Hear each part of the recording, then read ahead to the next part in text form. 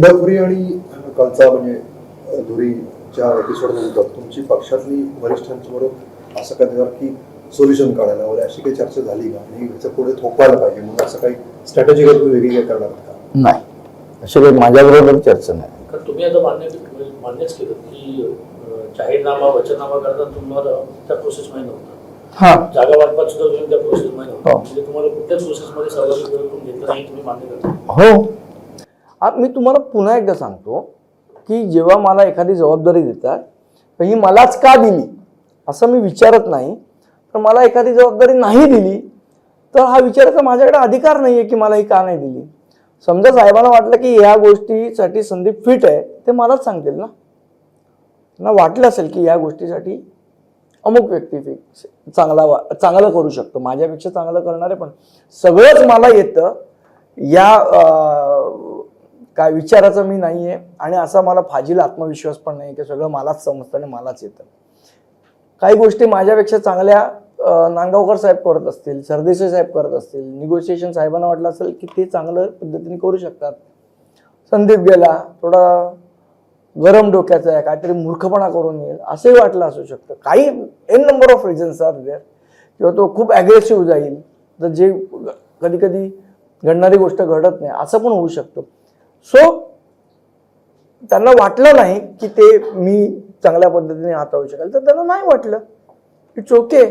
मग त्याच्यात काय मला राग येण्यासारखं काही नाही की बाबा ही गोष्ट मला का नाही करायला दिली तुम्ही, आणि ही गोष्ट त्यांना का दिली.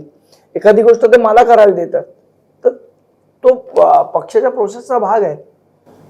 असं काय स्ट्रॅटेजी मध्ये ठरलंय का मतदारसंघ वाईज एवढी मतं इकडे होती, आता ही मिळून आपली एवढी शिवसेना आणि मनसेची एवढी मतं, एवढी सगळी स्ट्रॅटेजी कशी सांगणार तुम्हाला. तुमचा मित्र तुम्हाला लवकरच भेटेल. नाही, तो रोज भेटतो मला, सकाळी पण भेटलाय. सकाळची चहाची पुन्हा नाही हे बघा, मी पुन्हा एकदा सांगतो, त्यांनी त्याचा निर्णय घेतला, तो चुकीचा किंवा बरोबर हे ठरवण्याचा माझा अधिकार नाही. प्रत्येकाचा निर्णय हा त्याचा असतो, आणि तो चुकीचा किंवा बरोबर असेल हे मी सांगण्यापेक्षा येणारा काळ ठरवत असतो. उद्या जर मला असं वाटलं स्वतःला की मी आता माझ्या पक्षात ॲसेट नाही लायबिलिटी आहे, तर मी स्वतःहून बाजूला आहे. माझा अट्टाच असणार नाही की मी लायबिलिटी झालं तरी मला पोसा नाही. जर माझ्या पक्षात मी ॲसेट म्हणून असेन तरच मी काम केलं पाहिजे. उद्या मी जर लायबिलिटी झालो माझ्या पक्षाला तर मी काम नाही केलं पाहिजे. आज एखादा खेळाडू त्या टीममध्ये ॲसेट म्हणून करत असेल तर तो पाहिजे त्या टीमला.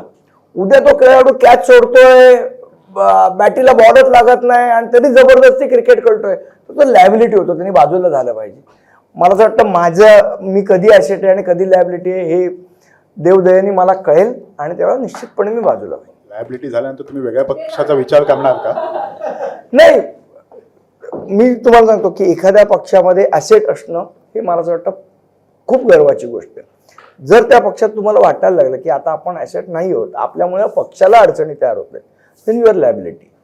अजूनपर्यंत माझ्यावर तशी वेळ आली नाही आहे. ज्या वेळेला, आणि देव कोर माझ्यावर तशी वेळ न येऊ आली, तर त्यावेळेला काय निर्णय घ्यायचा तुम्ही घेईन.